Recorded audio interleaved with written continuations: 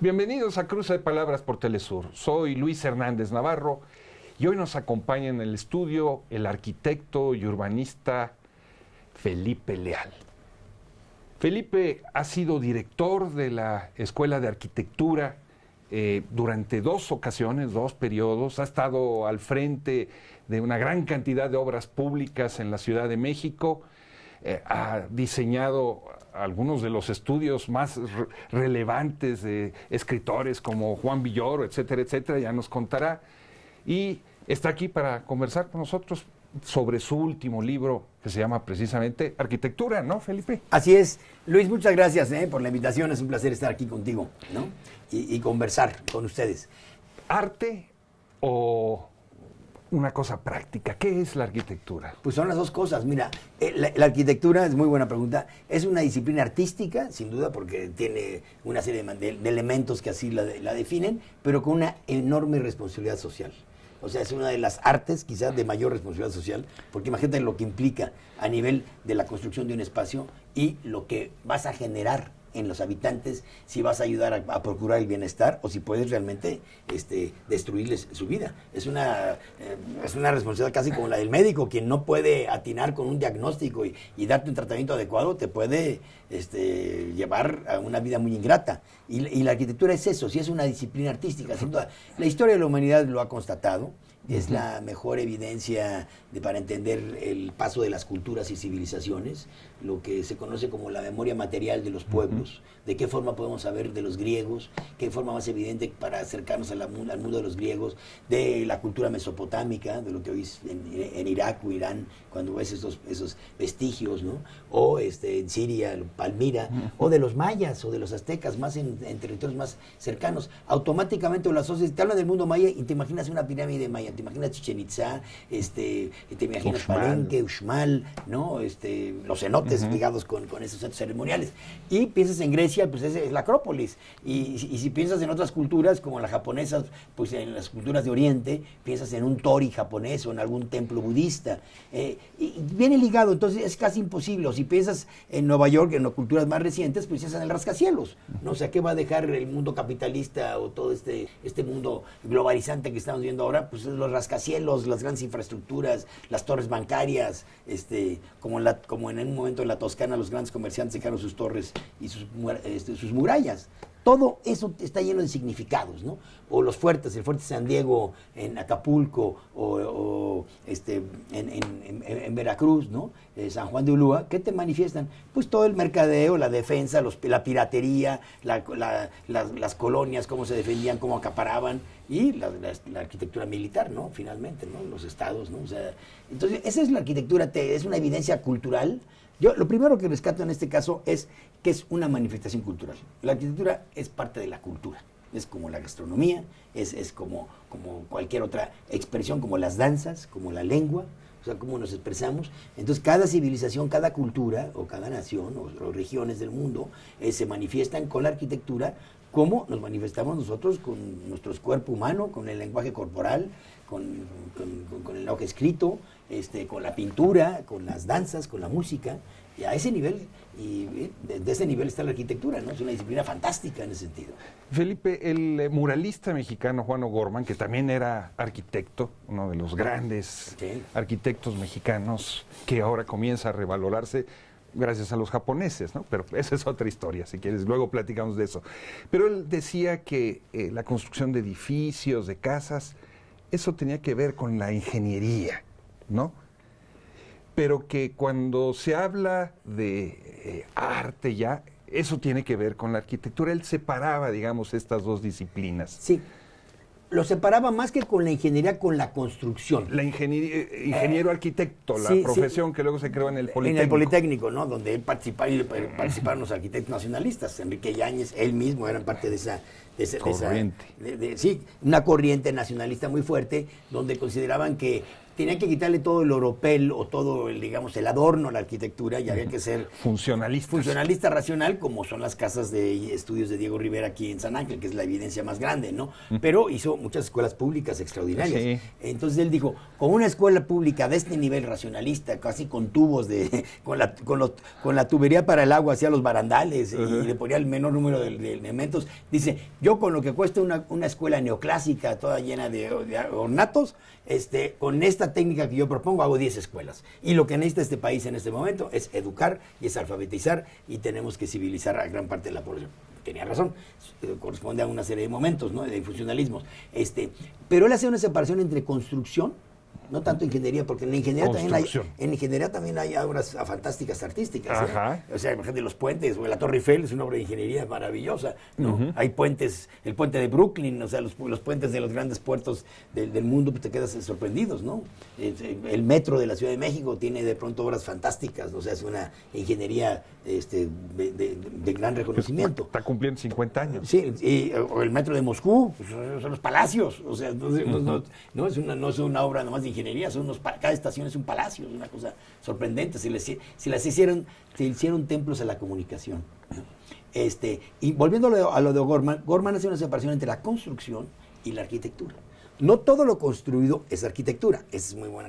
Si nosotros vemos nuestra ciudad o las ciudades de México en términos generales, pues vemos muestras de arquitectura en algunos lugares siempre simbólicas. Vamos a cualquier ciudad y queremos ver el edificio emblemático, ¿no? Llegas a una población, yo quiero conocer el Teatro Juárez en Guanajuato, ¿no? O el Teatro de la Paz en San Luis Potosí, o la penitenciaría, o lo que fuese, que aún para temas tan dramáticos como las penitenciarías, ahí está Lecumberri, es una obra arquitectónica de gran calidad. Ahora, entre esos hablamos de arquitectura cuando tienes, además de resolver una necesidad social, humana, hay una expresión artística, hay una solución espacial fantástica, el Museo de Antropología.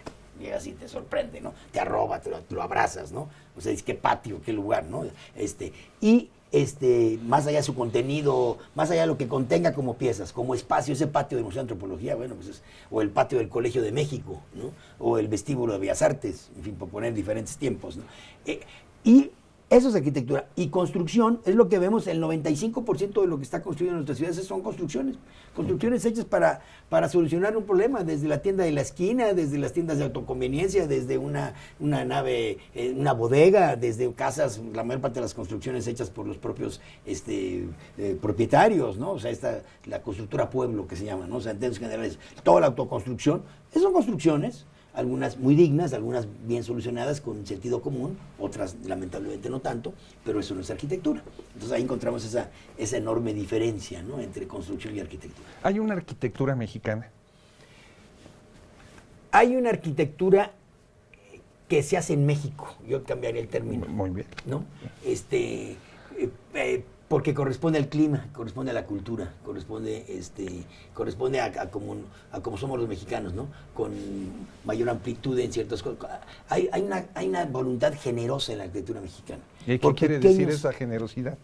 Pues tú, hasta en una vecindad, lo que es el corredor de una vecindad, puede tener las macetitas, tiene un espacio ahí digno, puede tener un altarcito, puede tener una fuente, puede tener un elemento, ¿no? No se diga los patios, o sea, no se diga el pasillo, ¿no? Esa generosidad de ofrecerle a ese lugar una maceta, ¿no? Una plantita, una imagen, un acceso. Lo dignifica. Entonces, eso de dignificar, a pesar de las carencias de gran parte de la población, cuando no hay tantas carencias, hay esta cosa de la generosidad, ¿no? Hay este patio, hay este espacio que siempre se utiliza para las visitas, ¿no? A nivel de lo doméstico siempre, es que se va a hacer para las visitas, entonces, ¿qué te ofrezco? Bueno, o sea, el mexicano es como hospitalidad. Hospitalidad, generosidad. O sea, se piensa la residencia como un espacio también de huéspedes. Para cuando van a llegar los visitantes. Es una cosa que está muy arraigada en el mexicano, ¿no? O sea, entonces, la estancia o el comedor van a tener una prestancia, una importancia, ¿no? Aunque se usen poco, pero va a tener un lugar. ¿Dónde van a recibir los invitados? Cuando venga alguien, ese es el argumento. Y eso general. no pasa en otros países No, necesariamente. para nada. Eso no existe en la mente de un parisino jamás. O sea, o de un escandinavo. El escandinavo está ahí, si sale a saludar, verá a sus amigos, sus amistades en el café, en el jardín, en el patio, en el parque, que hay espacios públicos extraordinarios, ¿no? Entonces la gente lo hace. ¿Qué europeo te recibe en su casa? Te verás en un café, te verás en un espacio público, en un museo, en un encuentro, pero no, o en la universidad, ¿no? O sea, no es, eso de recibirte en tu casa es algo, y entonces eso sí te condiciona para crear de tu casa una especie de extensión de tu personalidad. Y después eso sí se traduce en muchos otros espacios por nuestras condiciones climáticas, en los espacios abiertos, los patios. ¿Qué domina en México? Pues la arquitectura mucho a cielo abierto, ¿no? Así, ¿cómo eran los centros ceremoniales? Pues todo era cielo abierto, eran al exterior, las pirámides, las esplanadas, todo eso era al exterior. Lo tenemos arraigado y está muy presente. No estoy hablando de Teotihuacán, estoy hablando de Ciudad Universitaria. Ciudad Universitaria, el gran campus, es un espacio abierto, fantástico, ¿no? Y después entras a cada uno de los templos, que son las facultades o los institutos, ¿no? Pero están los patios, no hay facultad que no tenga su patio, que no tenga su andador, su pasillo. Entonces, todos los lugares abiertos es algo sí muy característico de México por las condiciones climáticas, por el clima, por la naturaleza de la geografía de México, pero también por una tradición cultural heredada desde el mundo, desde el México antiguo, desde el mundo prehispánico, donde se realizaban gran parte de los rituales y los convivios son al exterior. Entonces, ¿cómo lo vemos hoy? El patio es muy importante en un lugar, el jardín es importante, ¿no? La azotea en algún momento. Ahí sí puedes caracterizar un tipo de arquitectura, cómo nos relacionamos con el medio ambiente. Y además después vienen las cuestiones del ornato, ¿no? Que al mexicano le gusta ornamentar, somos barrocos en ese sentido. Entonces puede venir o con el color, o con las texturas, o con los materiales, que son influencias de otros mundos. Si hay azulejo, pues el azulejo viene del mundo árabe, viene de todo el dominio de los árabes en España y de los andaluces hacia México. Pero vas a Puebla, está en Puebla, pues vas a ver azulejos por todos lados, ¿no? Porque la cerámica ahí se dio y la talavera poblana. Entonces va a haber ese colorido. Pero te vas a Veracruz y te pintan en Tlacotalpan de colores todos los pórticos, ¿no? Y te vas a Jalisco y te vas a encontrar ollas de barro en todos los patios. Pero vas a ornamentar con lo que la región te da, ¿no? O vas a San Luis, a la zona del desierto, y te van a hacer un jardín puros cactus y de puros órganos, ¿no? Pero en cada lugar le vas a ir encontrando ese vínculo con la naturaleza, ese vínculo con el espacio exterior. Eso sí es lo que se hace en México. ¿Te parece, Felipe, si vamos a una pequeña pausa? Y ustedes, amigos, amigas, no se vayan. Volvemos en muy breves instantes.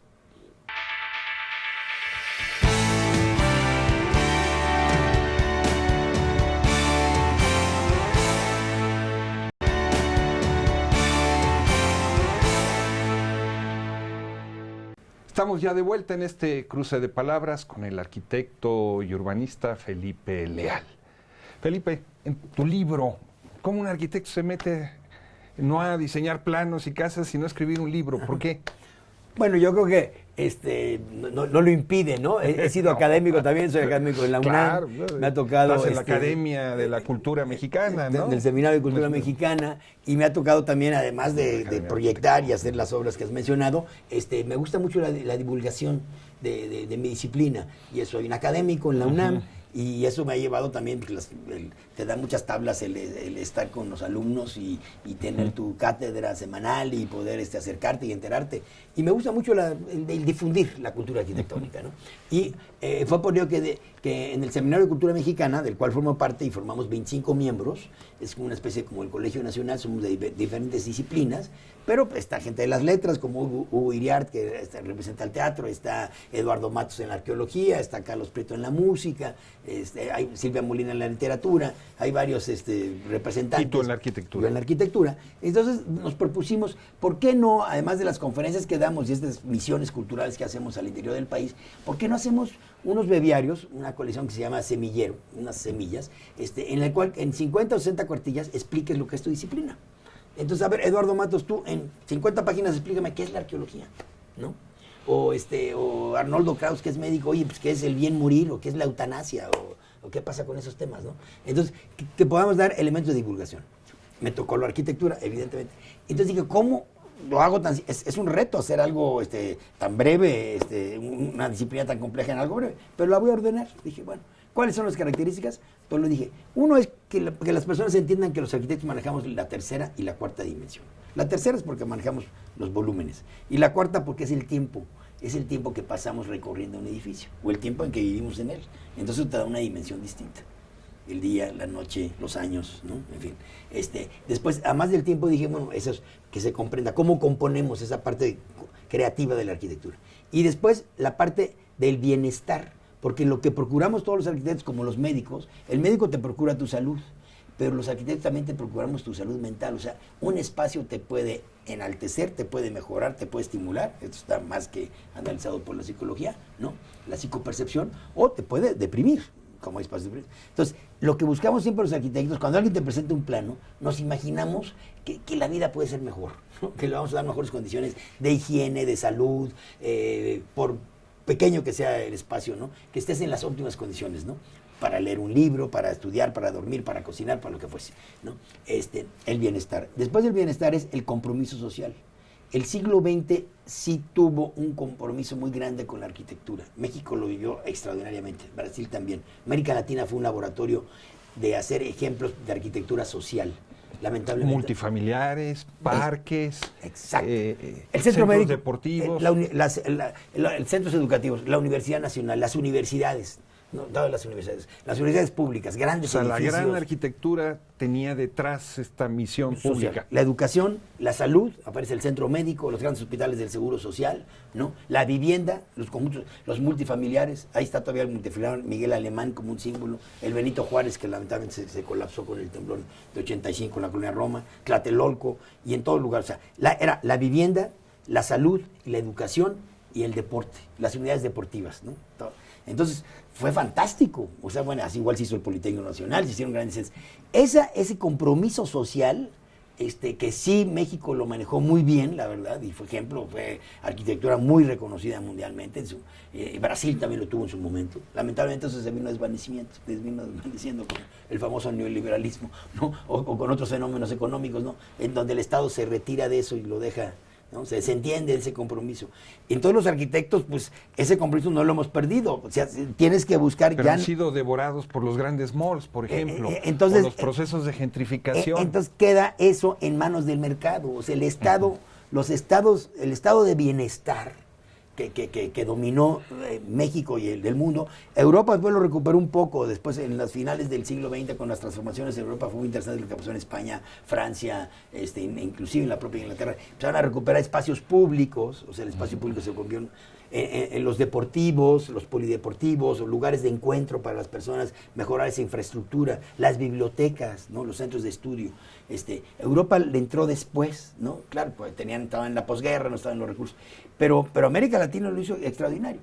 Y entonces que el Estado se retiró, ese estado de bienestar, y se lo dejó al mercado.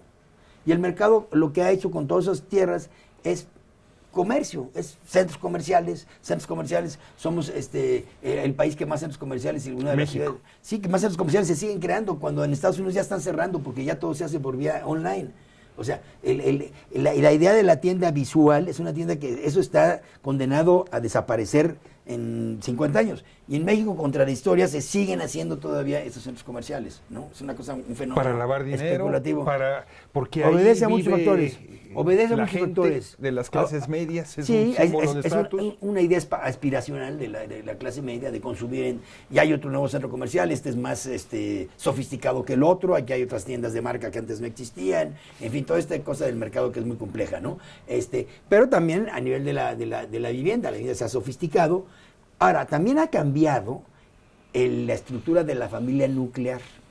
La Ciudad de México y todo el país en general, a donde vas también, tú vas a cualquier país, a cualquier interior del país y ves con los jóvenes o gente de 30 años, te comentan que son roomies, o sea, que tienen roommates, que comparten un espacio habitacional con un compañero, con unos compañeros de estudios, del trabajo. O sea, esta idea de la vivienda familiar, nuclear, ya no existe. Eso ha desaparecido. ¿O ha ido desapareciendo? Ha ido desvaneciéndose, pero hasta hace unos años la vivienda siempre se diseñaba para 3 habitaciones. Tú ahorita buscas un departamento de 3 habitaciones o una vivienda, es impráctica, ya se vuelve fuera del mercado. No la hay. Esa idea de que padre y madre en una habitación, los hijos, si son 2 hombres en una, si son 2 mujeres en otra, una familia para 5 o 6, y quizá algún familiar, la abuelita, el tío, alguien que venía del interior del país. Eso ya se borró. Ni en el interior sucede eso.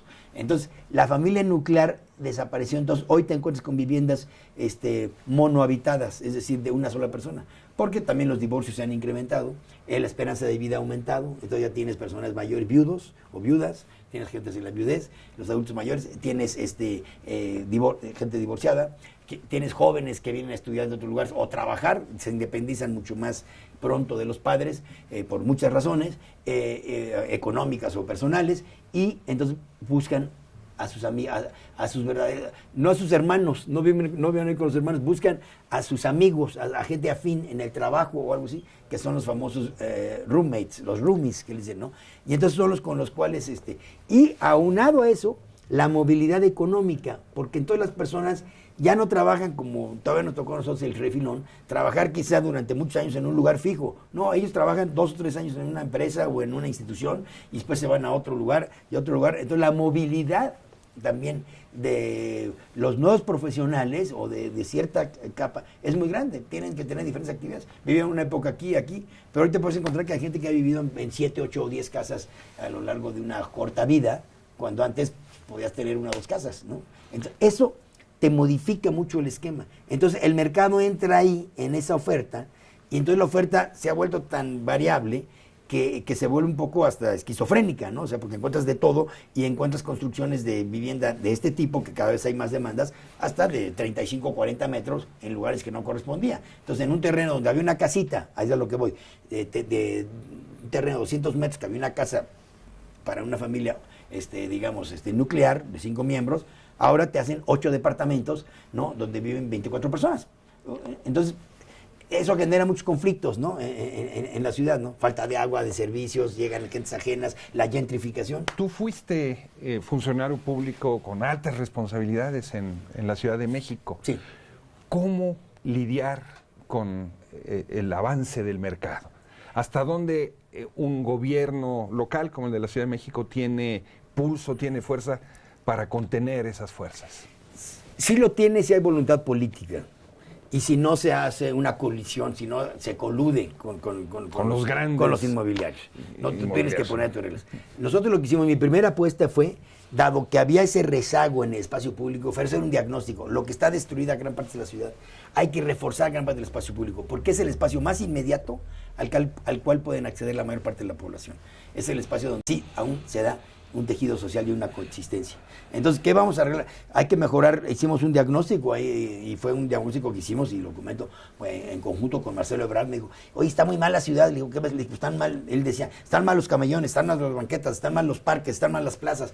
Y dije, sí, ¿qué hacemos? Le digo, pues vamos a hacer una figura que sea fideicomiso, autoridad. Se llamó la Autoridad del Espacio Público. Vamos a hacer una autoridad que esté sobre las delegaciones, ¿no? Que en ese momento... Son los gobiernos locales. Los gobiernos locales, ¿no?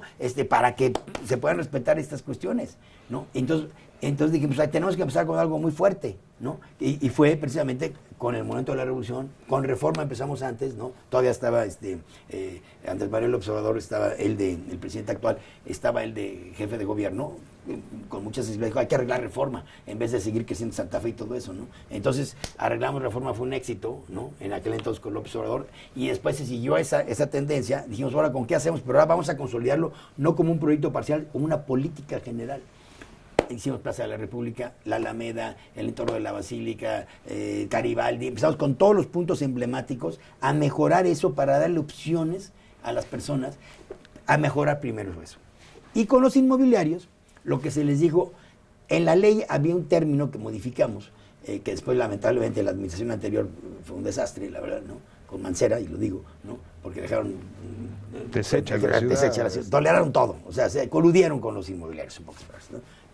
Eran más bien agentes de ellos, ¿no? Y en ese caso lo que hicimos fue unas medidas regulatorias donde decían, antes en la ley decía, obras de mitigación. Tú hacías una torre de 40 pisos y te decían obras de mitigación. Y yo dije, a ver, mitigar es que ya hiciste una herida, Mitigar es que tienes, ya te herí y te voy a poner una curita y te voy a sobar, pero no vas a mejorar la ciudad. No, no van a ser obras de mitigación, señores, ahora van a ser obras de mejoramiento. Y obligamos a todos los consorcios, y tengo ejemplos, a negociar con ellos, una negociación, a que una obra que hacías, tenías que hacer obras en beneficio de la ciudad. Entonces, te pongo un ejemplo, todo lo que es Plaza Carso, todo lo que estaba alrededor, todos los túneles que están sobre el Ejército Nacional y gran parte del mejoramiento del Parque Lineal, lo hablamos con la Fundación Carso y personalmente con Carlos Slim. Se le digo, ingeniero, no pueden ustedes estar haciendo aquí uno de los conjuntos más importantes de América Latina, que está muy bien que se haga, sin que haya calles y que si no nos ayuda a mejorar la infraestructura. Debo reconocer que hubo sensibilidad. Una gran sensibilidad. Entonces, ¿qué hicimos? Túneles, hicimos arriba de Ejército Nacional unos espacios públicos, conseguimos dinero de muchos torres que estaban haciendo reforma, me arreglas todo esto y parte de la Alameda se hizo con recursos de los inmobiliarios para mejorar la ciudad. En un minuto, Felipe, porque ya nos cayó la guillotina, tus 3 arquitectos mexicanos favoritos. Bueno, Luis Barragán, en primera instancia, un poeta de la arquitectura, un poeta del espacio, un representante de la cultura mexicana como Juan Rulfo, a ese nivel, es un Rulfo de la arquitectura, de lo más poético de todos ellos. Teodoro González de León, por ser un gran arquitecto, digamos, de la arquitectura pública, de la arquitectura civil, de la arquitectura que tiene que hacer el Estado sólido, ¿no? El Colegio de México, el Museo Tamayo, el MOAC, los grandes edificios, digamos, que representan, ¿no? Al Estado, ¿no? O sea, a la fuerza, precisamente, en la cultura, en la educación, en la gobernanza, Teodoro González de León, y el tercero me cuesta trabajo, pero bueno, puede ser. Reconozco la capacidad de gestión y esa visión que tuvo Ramírez Vázquez en cuanto al Museo de Antropología, sin duda. O sea, ese promotor de la cultura, como siempre concibió que la arquitectura debería de estar ligada con la acción pública y con el enaltecimiento de la cultura. Felipe, muchísimas gracias por estar con nosotros en este cruce de palabras. Y ustedes, amigos, amigas, muchas gracias por su amable compañía el día de hoy. Los esperamos la próxima semana aquí por Telesur.